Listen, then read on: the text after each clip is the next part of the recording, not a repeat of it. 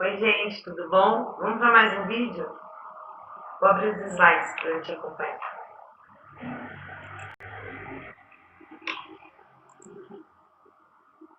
Bom, para quem não sabe, eu sou estudante da Uninter, Centro Universitário Internacional. Esse é um curso de extensão que a gente está tendo oportunidade de fazer para cumprir as horas dos nossos estágios em plena pandemia. Eu escolhi um tema para levar informação para a comunidade sobre a psicopedagogia e a psicomotricidade na educação infantil. Eu acho esse tema importantíssimo na educação infantil. Então, para quem não me conhece, meu nome é Ayla Cristina dos Reis, meu RU é 2027-218, faço licenciatura em psicopedagogia e esse é o meu estágio supervisionado, psicopedagogia na educação infantil. Tá? Esse estágio que a gente está fazendo é um curso de extensão. Então, eu escolhi esse tema por se tratar de um tema muito importante dentro da educação infantil, sendo que esse meu estágio é da educação infantil. E são vários vídeos. Esse aqui já é o 14º vídeo desse meu estágio. No meu outro estágio, eu falei um pouquinho sobre a psicopedagogia, o que é, onde atua um psicopedagogo, toda a formação do psicopedagogo, o trabalho dele. Então, se você quiser dar uma olhadinha, tá aí no meu canal os vídeos. E deste curso de extensão, esse é o 14º vídeo, então dá uma olhadinha lá desde o primeiro vídeo, curte, comenta e pode deixar o seu e-mail para você poder receber um certificado desse curso de extensão. Esse é um tema muito importante para as pessoas entenderem o brincar, né, das crianças dentro da educação infantil. Qual a importância desse brincar? E a psicomotricidade, que explica isso tudo para a gente. Então, por isso que eu escolhi esse tema. Hoje, eu vou passar para vocês, eu estou trazendo um outro trabalho, um outro artigo feito pela Josiane da Silva e Jéssica dos Santos, a influência do jogo simbólico no setting psicoterapêutico à luz da psicomotricidade relacional. Bom, se você quer entender bem o que é o setting, a psicomotricidade relacional, eu lá nos primeiros vídeos explico tudo isso bem direitinho para vocês. E hoje aqui eu estou trazendo artigos, tá bom? Então vamos lá. Esse trabalho ele teve como objetivo relatar a influência da psicomotricidade relacional na perspectiva do jogo simbólico no setting terapêutico clínico da psicologia analítica infantil. Então, hoje a gente vai direcionar esse assunto, então, como uma terapia clínica, tá? Que a gente vai falar hoje. A metodologia empregada é bibliográfica e descritiva, com as considerações dos principais autores no desenvolvimento deste trabalho. Evidenciou-se que, para uma atuação do psicólogo na psicoterapia infantil, o enfoque deve estar voltado na brincadeira, no jogo simbólico, possibilitando um resultado mais eficaz. Então, esse artigo que eu estou trazendo para vocês hoje, ele vai abrir aí esse leque para vocês entenderem como a psicomotricidade tem amplo trabalho dentro do desenvolvimento infantil, não só na escola, certo? Ressalta-se a importância do desenvolvimento da imaginação e criatividade da criança através do jogo simbólico e, principalmente, a ressignificação do seu cotidiano e ao processo de individuação, ou seja, que o indivíduo seja aquilo que de fato ele é. Tal vivência, citada através de uma experiência pessoal em uma clínica escola.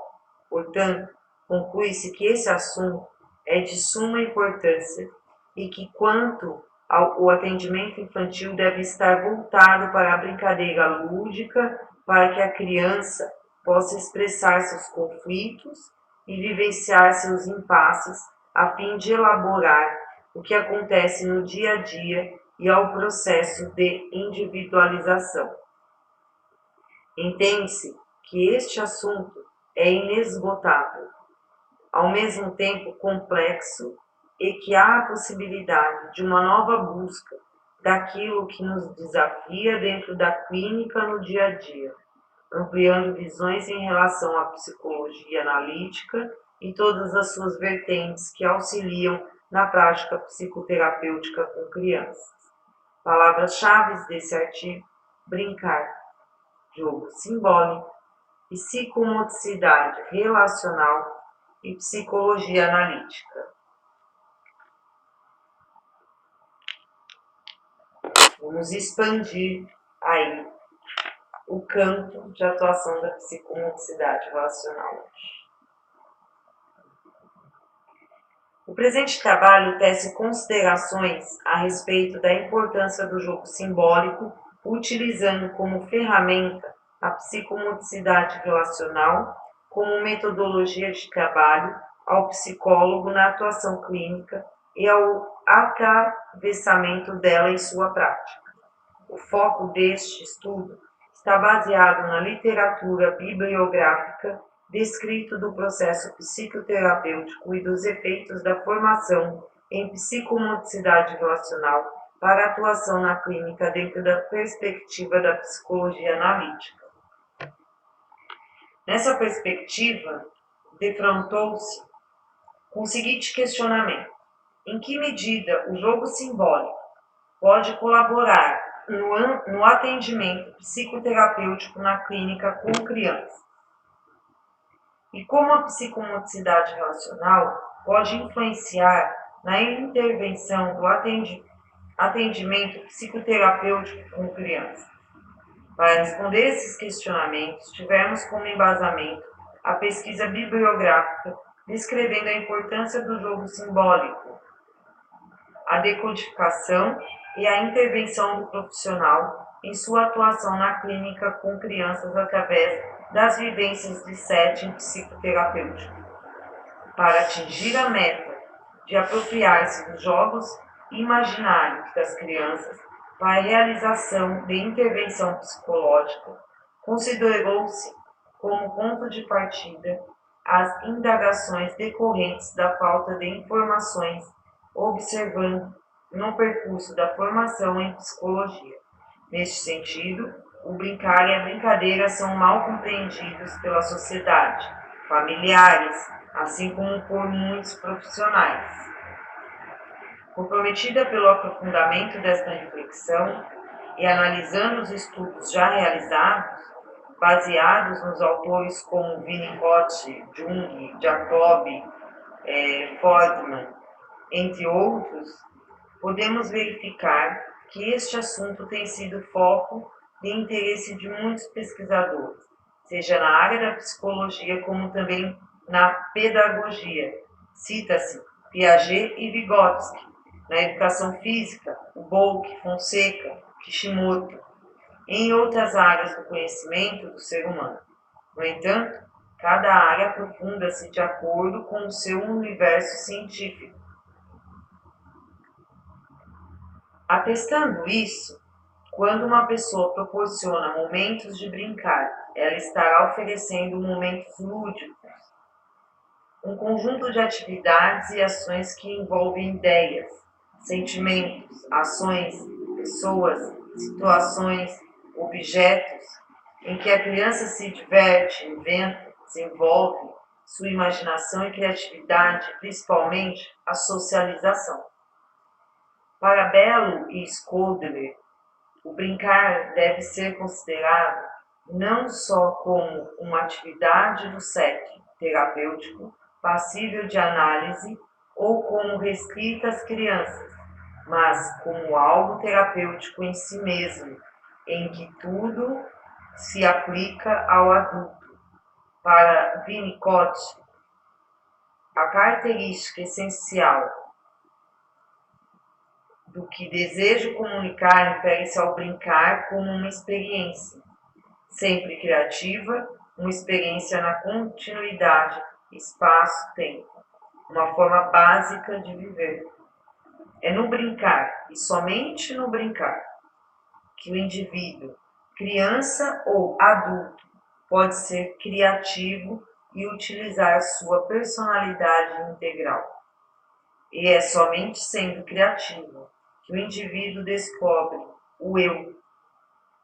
Dentro dessa premissa, é preciso estimular que a criança brinque e vivencie esse universo lúdico. Bello e Scholder ressaltam que é por meio da brincadeira que o indivíduo consegue, a cada novo contato com a experiência, lançar sobre ela um novo olhar, possibilitando encontrar uma nova saída para aquilo que sente, estabelecendo significados e reorganizando seus pensamentos e sentimentos. Essa experiência foi conduzida juntamente com um menino de 6 anos.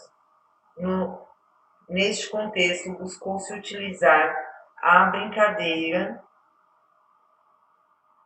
espontânea como ponto de partida para efetivar uma atitude psicológica coerente no sentido do caráter terapêutico. Contemplamos 2 aspectos necessários abordados em capítulos distintos para que, ao criarmos uma abordagem teórica, fosse possível analisar e observar a importância do jogo simbólico no processo psicoterapêutico dentro de uma perspectiva analítica, onde o sujeito é entendido em seu processo de individuação. Para tanto, o ponto de partida da discussão do presente estudo foi a descrição sobre o que é psicomotricidade relacional, como metodologia de intervenção para crianças, utilizando o jogo simbólico como uma das principais ferramentas de mediação. No segundo capítulo, referiu-se à importância do brincar e da brincadeira para o desenvolvimento da criança, articulando com a abordagem a psicologia analítica.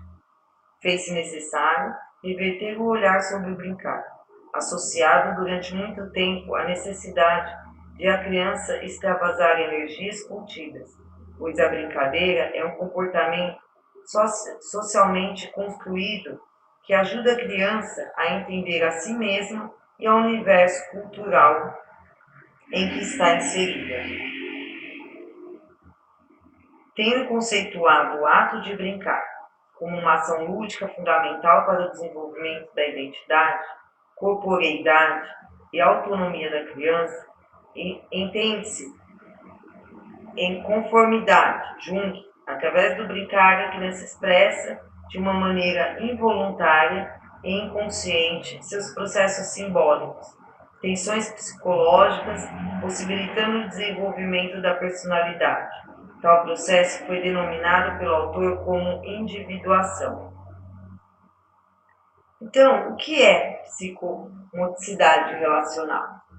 A psicomotricidade relacional é uma metodologia de abordagem e intervenção corporal, criada pelo francês André Lapierre e Alcouturier na década de 70, e difundida no Brasil pelo professor Dr. José Leopoldo Vieira e Maria Isabel Bela Guarda Batista, entre outros profissionais mais recentes como Elisângela Gonçalves Branco Luz e Ana Elizabeth Luz Guerra. A metodologia consiste em uma prática que procura dar um espaço de acolhimento no qual a criança aparece inteira com o seu corpo, suas emoções, suas fantasias, sua inteligência e informação. Durante as sessões, a criança pode expressar seus conflitos, seus medos, seus sentimentos dentro do jogo e nas relações com suas outras crianças e com o adulto. O psicomotricista relacional busca a construção de um vínculo de confiança que possa conduzir a criança à expressão de seus sentimentos. É através do seu corpo, do tônus, do olhar e de seus gestos que o psicomotricista relacional poderá assegurar à criança a assistência desse espaço de confiança.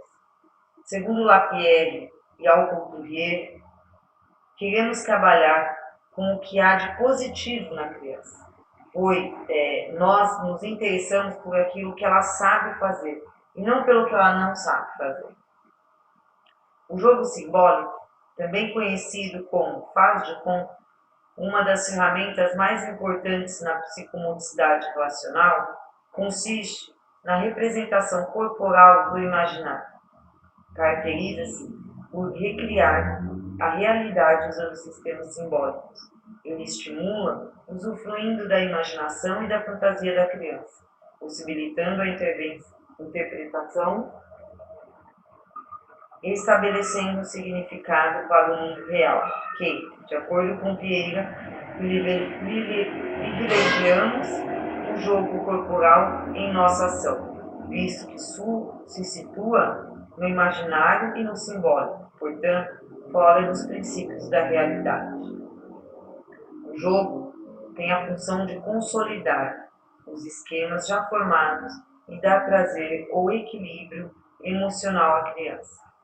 Entendo que o brincar aparece como uma forma viva e criativa do seu próprio inconsciente, além de possibilitar um desenvolvimento psicomotor, afetivo, social e relacional, possibilitando através do jogo um processo de desenvolvimento voltado à compreensão da realidade, a qual está inserida culturalmente, compreendendo e assimilando o seu cotidiano. Através das brincadeiras e do jogo espontâneo, possibilitamos o crescimento e, portanto, a saúde, uma vez que o brincar organiza simbolicamente a vida psíquica do indivíduo e é uma das ferramentas principais da psicomotricidade relacional. As crianças percebem o prazer de brincar e de liberação corporal já nas primeiras sessões. Brincadeiras estas que, apesar de serem livres, têm regras e objetivos na intenção do psicomotricista relacional. Para Guzzi, a criança aprende a ser, através do jogo simbólico, proporcionando o momento de vivenciar o que acontece à sua volta, fantasiar a realidade, elaborar seus conceitos, afirmar-se diante de algo de muito valor, incluir-se é a possibilidade de recriar o que está aprendendo a cada instante de sua vida. A prática da psicomotricidade relacional acontece num espaço simbólico e espontâneo, através de vivências em grupo, em que possibilita uma busca em auxiliar a criança a exteriorizar a sua vida pulsional e a elaborar em seus conflitos, possibilitando-os se expressarem, imaginarem e viverem cenas e brincadeiras, estabelecendo elos entre os elementos do consciente e o inconsciente. Privilegia-se a comunicação não verbal, utilizando objetos como bolas, bambolês, cartas, bastões, jornais, cordas e tecidos, facilitando a comunicação gestual e tônico-afetivo corporal.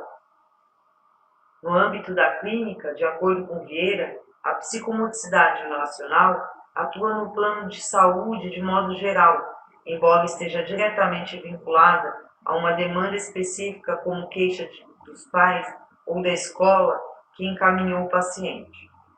É importante trabalhar com a demanda que a criança traz, sente ou deseja, bem como identificar as necessidades, aquilo que ela conquista, elabora, oferecendo um espaço de proteção para que a criança se sinta vista, amada, respeitada, promovendo assim uma rede de afeto, elevando sua autoestima e ampliando o campo de articulações que favoreçam o aprendizado.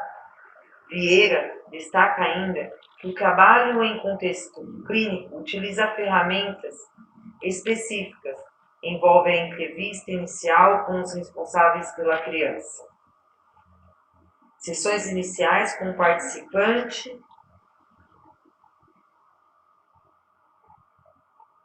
com o fim de diagnóstico, o encontro com outros profissionais ou instituições que trabalham com a criança ou o adolescente, apresentação aos pais do plano de trabalho e as sessões propriamente ditas.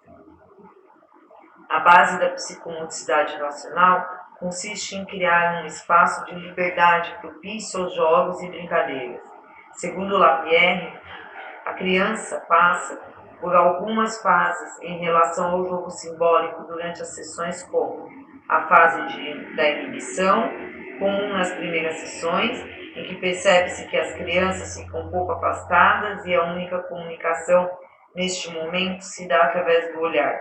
Este comportamento muda de criança para criança e o tempo que esta demora a se sentir à vontade nas vivências. Outra etapa mencionada por Lapierre é a fase da agressividade, em que após a inibição, a criança se solta e começa a utilizar o objeto, materiais da sala como descarga de um estado de tensão interna. Há também a agressividade por posse de objetos, gerando vários conflitos. Outra etapa mencionada por Lapierre de acordo com Candeva, a manifestação da agressividade pela criança, em muitos casos, pode ser para chamar a atenção do adulto ou pode surgir como um instrumento de vontade ou domínio de um ambiente ou objeto. Esta característica pode acontecer pelo fato de a criança estar em uma fase mais egocêntrica ou não ter ainda noção clara das regras sociais convividas naquele espaço. Aos poucos, as crianças vão percebendo que não precisam ficar agressivas e começam a procurar situações que lhe deixem bem, mais calmas, que lhe deem prazer corporal, de calor afetivo. A fase da domesticação é o momento em que a criança tenta destruir o poder do adulto, afirmando assim o seu poder. A criança faz com que o adulto vire um animal doméstico, que ela possa manipular, impondo-lhe seus desejos. Esta fase é uma etapa para a conquista da identidade. A criança inverte os papéis, mantendo uma relação de dominação ou dependência. Na fase fusionalidade, é comum as crianças voltarem a uma etapa anterior, por ter sido mal superada, ou não bem resolvidas. Segundo Lapierre, agora que o adulto não mais lhe impõe seu desejo, a criança já não precisa agredi-lo, dominá-lo, pode abandonar-se seus desejos afetivos, funcionais, sem medo de ser possuído. Procure então um momento de ternura, segurança, utilizando materiais como cobertores, colchões, tecidos e papéis.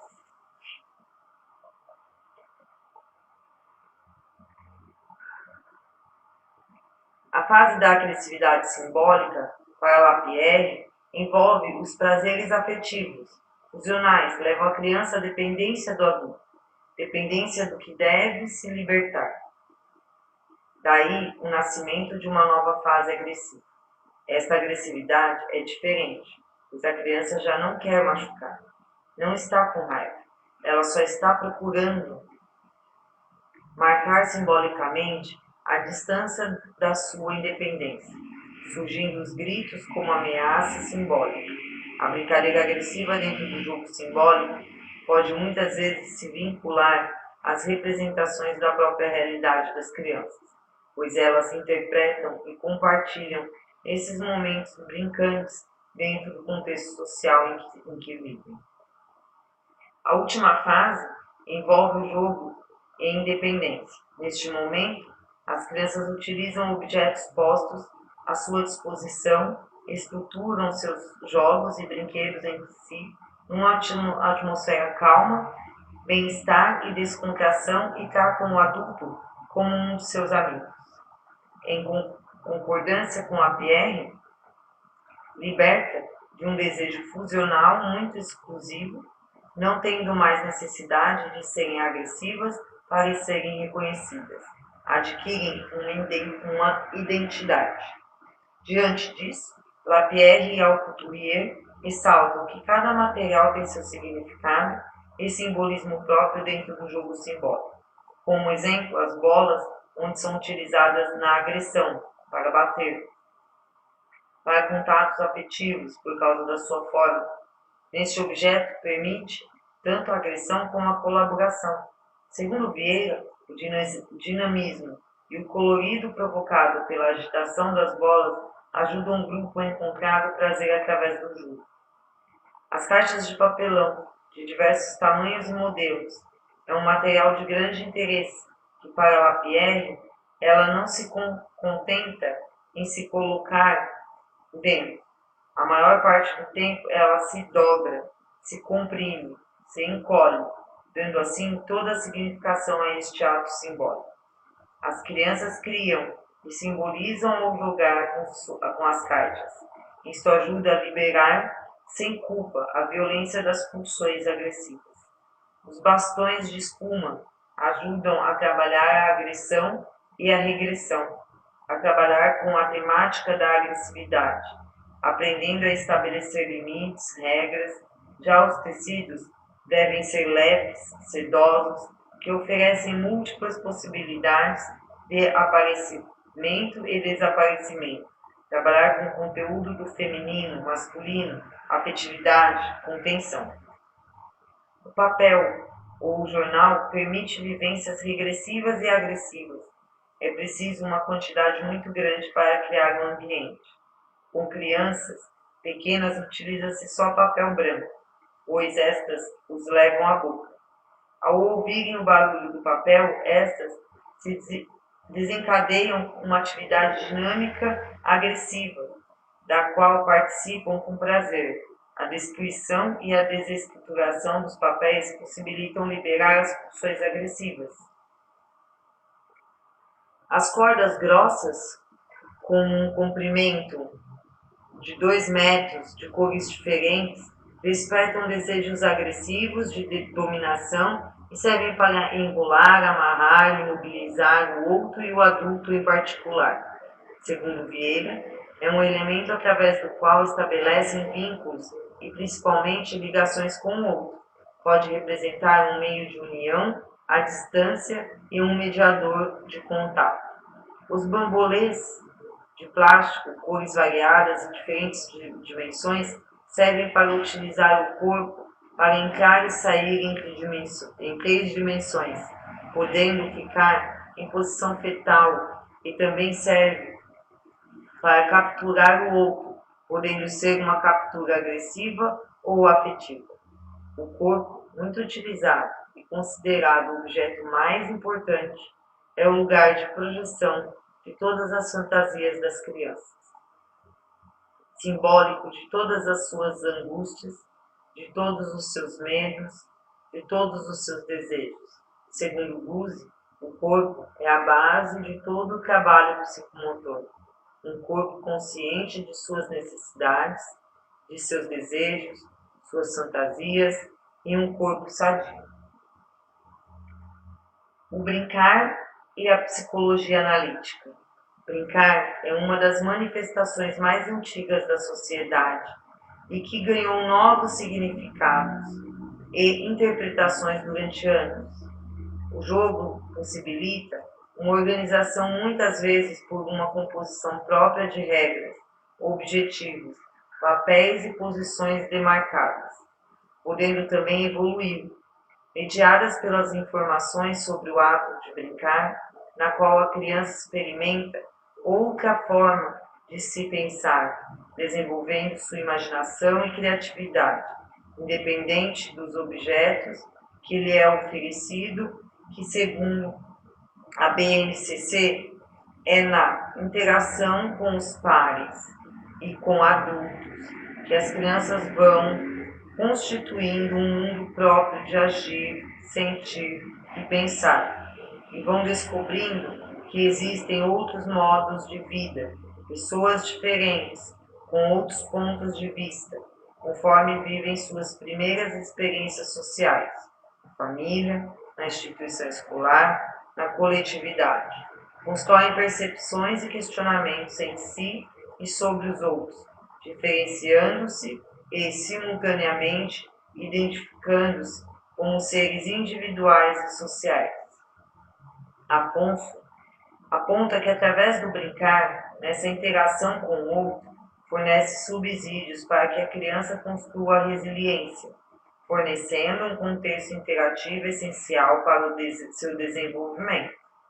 Aprenderá a lidar com seus pares, a entender as regras, a segurar seu ponto de vista, a dar e receber cuidado e apoio, e aprender a superar com a adversidade, Brincar deve ser observado como algo sério.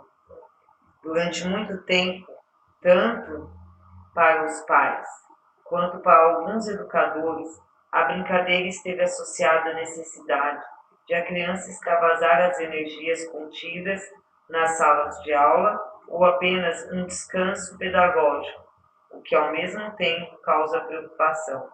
Assim sendo, Pereira acrescenta que brincar é uma ação em que a pessoa torna-se dona daquilo que está envolvida, um tempo e espaço de mentirinha, transformando aquilo que era um mero instrumento de aprendizagem numa busca de perguntas e soluções. Dentro da premissa da criança que brinca, podemos destacar a criatividade e a ressignificação que a criança estabelece ao brincar, não só pelo brinquedo que lhe é oferecido, mas também qualquer material que pode virar outro objeto e ter outro significado na mão da criança, pois verifica-se que nada é mais próprio da criança que combinar imparcialmente em suas construções as substâncias mais heterogêneas, pedra, plastilina, madeira, papel. Por outro lado, ninguém é mais sóbrio com relação aos materiais que a criança. O simples fragmento de madeira, uma pinha ou uma pedra reúnem na solidez e na simplicidade a sua matéria toda uma plenitude das figuras mais diversas. Fordman destaca que o brincar é parte essencial da vida de uma criança e por isso a escolha de um brinquedo e como ela faz uso deste, por exemplo, também tem que ser levada em consideração como conteúdo de afeto, de agressividade, do mesmo modo que pode nos revelar algo para que possa haver uma transformação. Neste entendimento, dentro da vida de Freudman, o brinquedo teve como finalidade externar a ausência materna. Para Benjamin, por meio dos primeiros brinquedos, estabelecia-se uma relação juntamente com a mãe, pois era necessário dar sentido para a brincadeira. No entanto, após o período de industrialização, o brinquedo começa a emancipar-se. Quando mais avança a industrialização, mais ele se esquiva ao controle da família. Na modernidade, tais artefatos infantis são revestidos de funcionalidade própria, não necessitando da mediação da criança e principalmente da sua mãe, dificultando o processo criativo do infante. Nesta perspectiva, brincar funciona como um cenário no qual as crianças tornam-se capazes não só de imitar a vida, como também transformá-la, pois a criança desde sempre está imersa na cultura. Nesse sentido, o referencial cultural curricular nacional da educação infantil aponta que, nas brincadeiras, as crianças transformam os conhecimentos que já possuíam anteriormente em conceitos gerais com os quais brincam. É no ato de brincar que a criança estabelece os diferentes vínculos entre as características do papel assumido, suas competências e as relações que possuem com outros papéis, tomando consciência disto e generalizando para outras situações. Portanto, é através da brincadeira, dos jogos de faz de conta, das fantasias, do espaço de interação e de confronto que a criança e o grupo constroem a sua compreensão sobre o mundo e as ações humanas, de suas experiências constituídas na família, no contato social, nos grupos informais e na escola. Na compreensão do jogo simbólico, Ford entende que a brincadeira é uma relação para uma comunicação significativa entre paciente e analista. Em vez de falar, a criança irá brincar, exprimindo seus amores e ódios, medo e esperanças, às vezes de forma transparente, mas em geral de modo indireto. Logo, as observações realizadas pelo terapeuta devem estar pautadas nas possíveis significações, pois qualquer objeto pode apresentar uma significação completamente adversa do que se espera que ela signifique. Com isso, ao conceituar a interpretação de uma brincadeira, deve-se considerar todo o seu contexto, e não isoladamente, seja durante o brincar, por meio da linguagem ou da representação.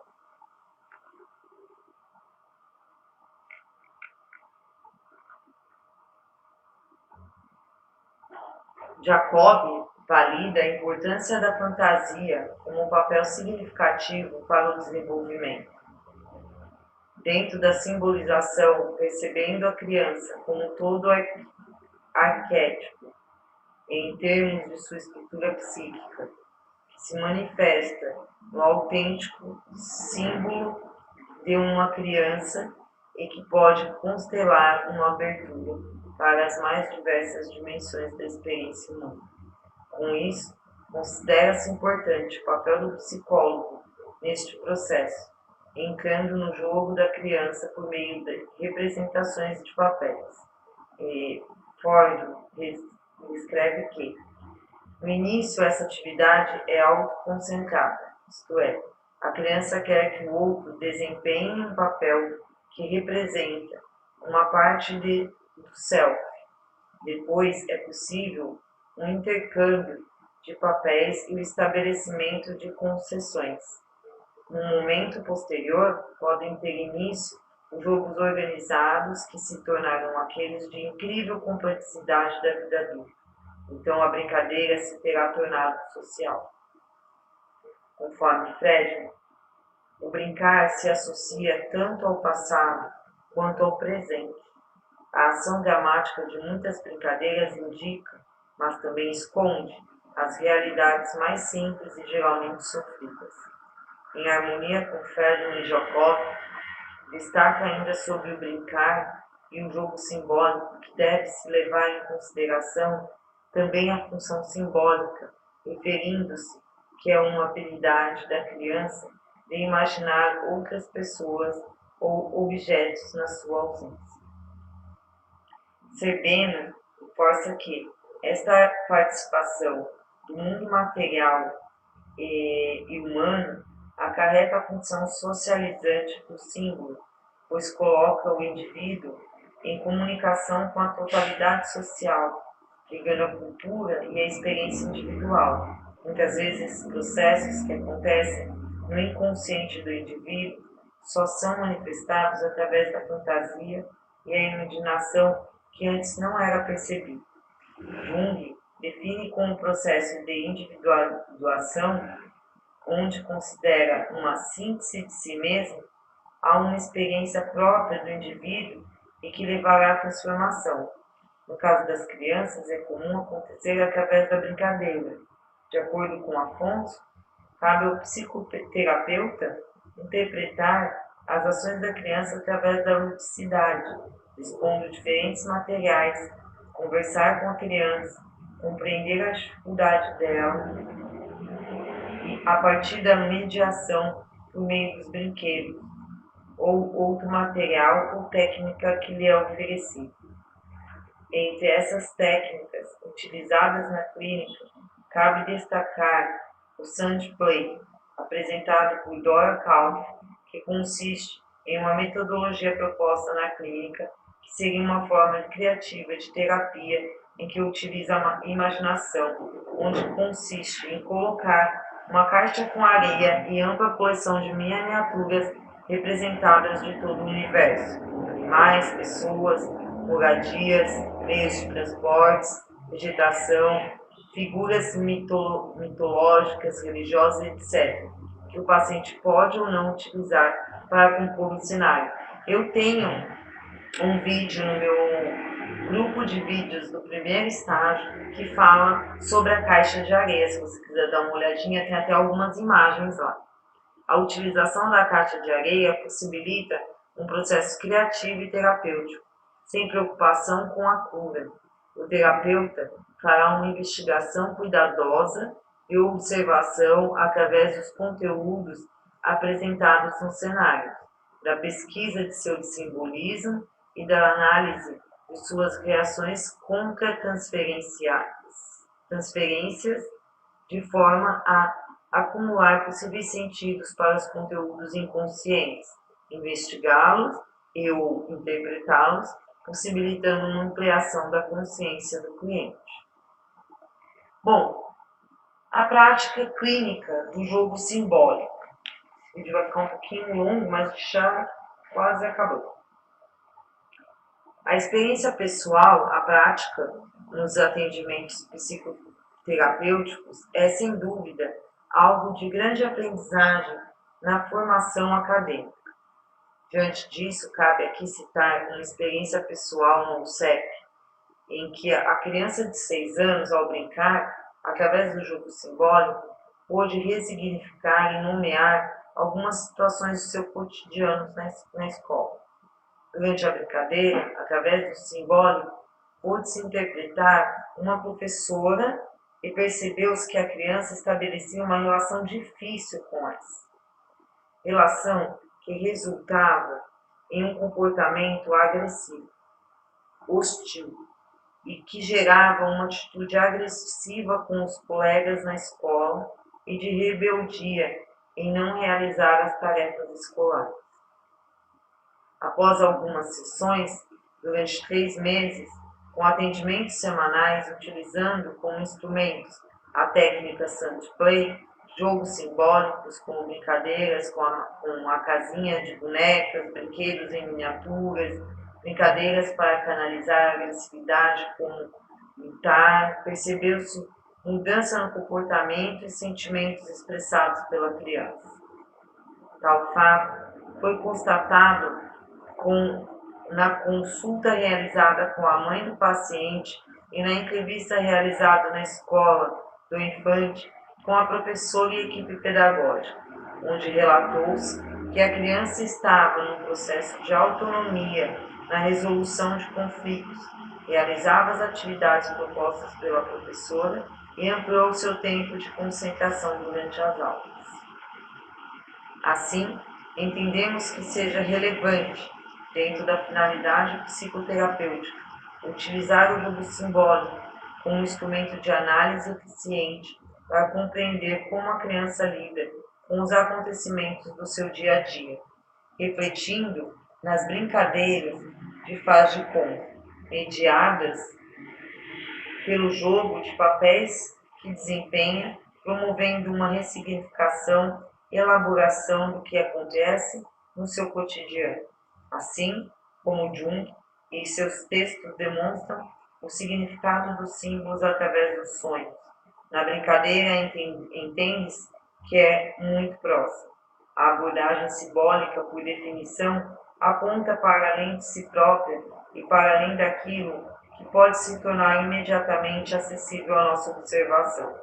Durante a brincadeira, a psique é compreendida por várias narrações no inconsciente da criança, e a criança fica envolvida e expressa para o consciente aquilo que sente e ouve, sendo manifestações do processo simbólico.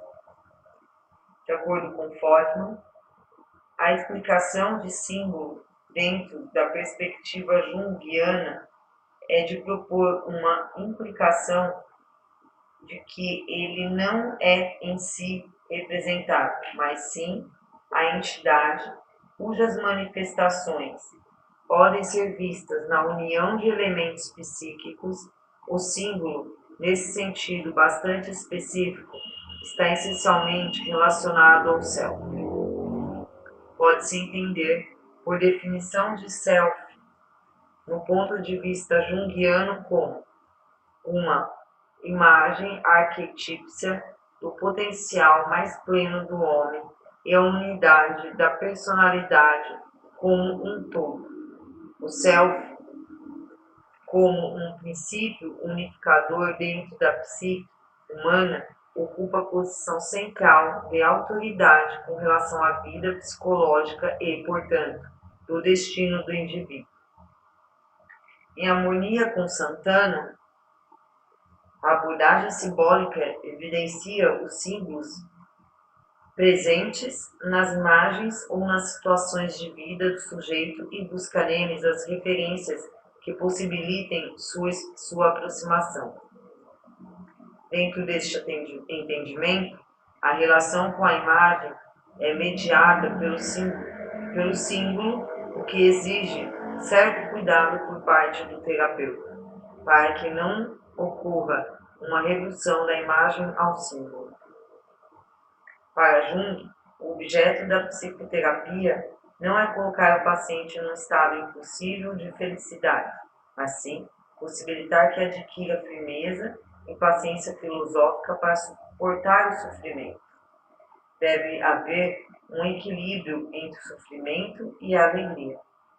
Sem sofrimento não há transformação. Na perspectiva de Santana, no contexto clínico, a função da imagem podem ser curativa, ampliadora de consciência, mediadora, indicadora de processo, potencializadora e mobilizadora. A imagem pode promover cura, à medida que oferece uma visão totalizadora da experiência do indivíduo. Cura não é só consciência e compreensão, ela envolve também emoção e todos os aspectos da personalidade da pessoa. Nesse sentido, a imagem possibilita, simultaneamente, uma percepção cognitiva e emocional, integrando assim essas duas modalidades de captação da experiência. Tendo conceituado a imagem, o símbolo também algo de grande relevância quando falamos em fantasias, imaginação, nos papéis que as crianças representam e quanto o ambiente como facilitador pode ajudar esse papel importante. Para Jacob, a função do símbolo de funcionar como uma ponte também é ilustrada no uso do termo como ser. Com isso, nota-se a ideia de Jung de que criança é sinônimo de autonomia. Isso só é possível caso haja o conflito. Quando não é superado, necessita aí de um símbolo, onde Jung define que, na medida em que o símbolo da criança fascina e se apodera do inconsciente, seu efeito redentor passa à consciência e realiza a saída da situação de conflito, de que a consciência não era capaz. O símbolo é a antecipação de um estado nascente da consciência. O processo criativo, permeado por imagens, atravessa a criança durante a brincadeira, permitindo a expressão de situações que vão desde o cotidiano até as tensões psicológicas. Para tanto, Santana escreve que, na prática clínica, deve-se refletir a introdução à abordagem linear da imagem, ou seja, toda imagem é levada a passar por etapas para que seja integrada à consciência.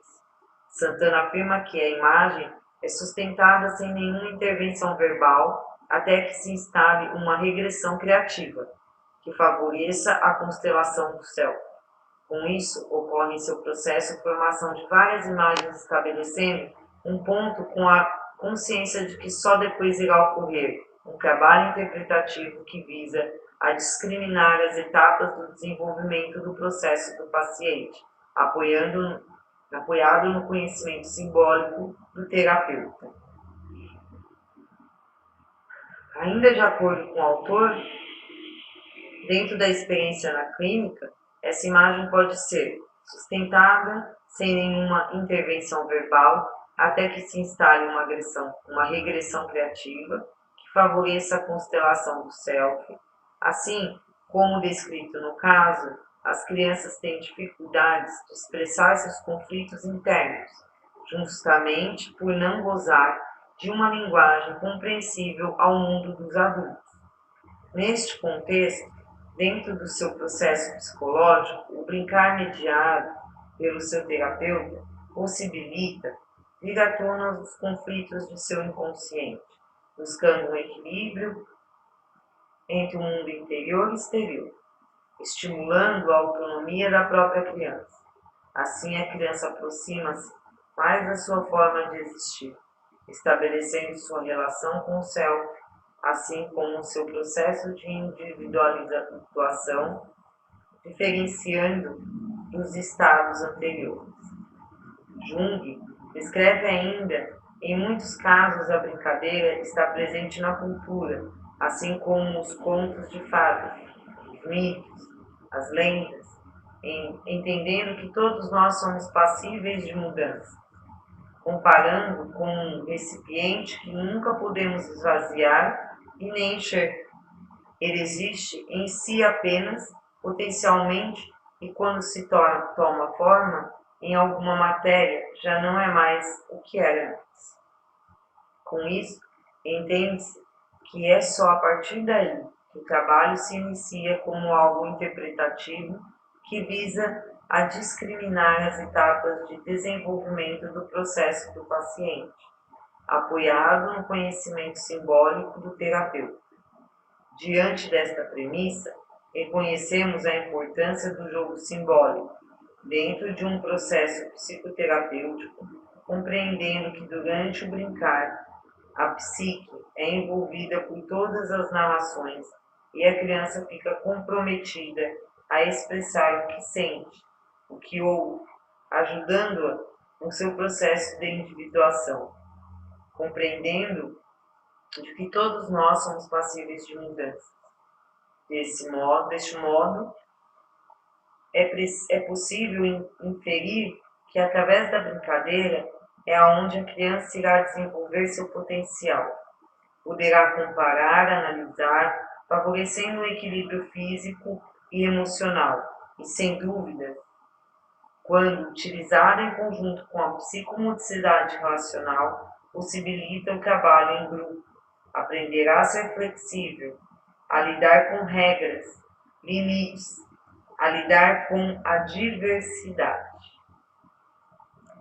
Então, as considerações finais desse artigo, que ao observar e analisar o jogo simbólico na psicomotricidade relacional e sua relação no processo psicoterapêutico dentro da psicologia analítica, pesquisou-se autores que falam sobre esses assuntos, tendo, entretanto, como principais deles André Lapierre, Anne Lapierre, Augusto Rier, Batista, Vieira, Jung, Winnicott, Fordman, considerados precursores desta área.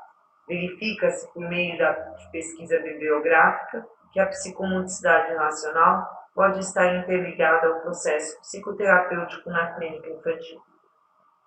Para que este trabalho aconteça de forma harmoniosa, o papel da psicomotricidade relacional é de funcionar como metodologia para alcançar os objetivos delineados nesta pesquisa, ou seja, deve-se utilizar a psicomotricidade relacional para o trabalho emocional das crianças e fazer dela um instrumento para que essas crianças consigam ressignificar, através do jogo simbólico, situações de seu cotidiano em busca de seu processo de individuação.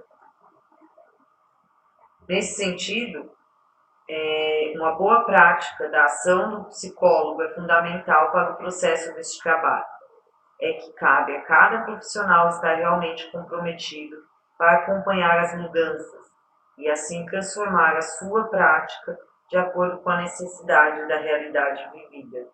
Dessa forma, verifica-se que a importância de estímulo, do vínculo, do afeto, por meio do jogo simbólico, cria para o paciente uma ressignificação, elaboração do seu self, do seu verdadeiro eu. Um processo terapêutico influenciado em sua concepção de trabalho pela psicomotricidade relacional certamente poderá introduzir inovações interessantes em suas práticas, oferecendo mais oportunidades para que o paciente encontre rumos próprios para seu crescimento. Deve-se promover através da brincadeira, elementos e técnicas que possam trazer ao paciente seus conhecimentos, seus interesses, preocupações, angústia, bloqueios e desejos para sentirem-se envolvidos num processo vivo, no qual o jogo de interação conquista e que suas concessões provoquem a qualificação individual. O jogo simbólico, também conhecido como faz de conta, uma das ferramentas mais importantes na psicomotricidade relacional, consiste na representação corporal do imaginário. Caracteriza-se por recriar a realidade usando sistemas simbólicos. Ele estimula usufruindo da imaginação e da fantasia da criança, possibilitando a interpretação e estabelecendo um significado para o mundo real dentro do set terapêutico da visão da psicologia não só analítica, mas como um todo, entendendo o indivíduo em sua complexidade. Tendo conceituado sobre a importância do jogo simbólico dentro do set psicoterapêutico, percebeu-se o quanto esta metodologia auxilia no atendimento com criança na clínica, possibilitando ressignificar o cotidiano, elaborar algumas questões de conflitos familiares e escolares, viabilizando que através da brincadeira haja uma transformação, uma manifestação e elaboração dos seus conflitos ou de suas dificuldades.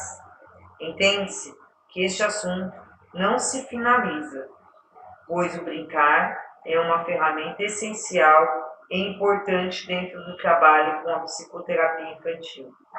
É, ao mesmo tempo, complexo quando se trata de sujeito.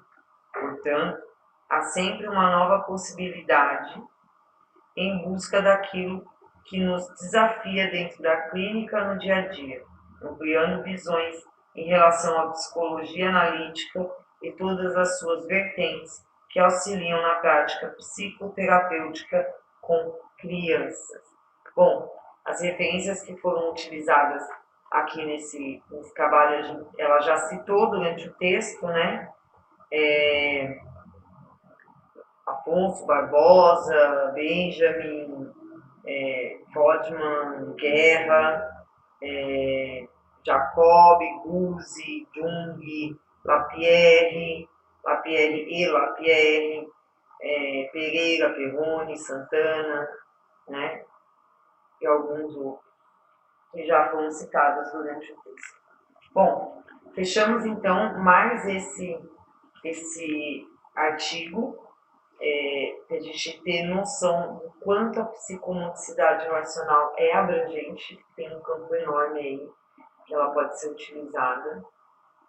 Hoje eu trouxe a questão da clínica, né, de psicólogos, né, que fazem esse trabalho, e a caixa de areia, e então deu para ter uma noção bem grande disso. Desculpa, esse vídeo ficou bem longo, mas eu quero agradecer vocês, eu quero que vocês participem, curtem, deixem seu comentário para me ajudar também, né, a finalizar aí essa etapa do meu estágio, e deixe seu e-mail se você quiser receber aí o curso de extensão, e para que eu possa colocar ele para constar na minha lista de presentes, tá bom? Mais uma vez, obrigada. Eu volto com mais vídeo ainda, com outros assuntos, para você entender sobre a psicopedagogia e a psicomotricidade relacional na educação infantil, tá bom? Muito obrigada. Beijo. Tchau.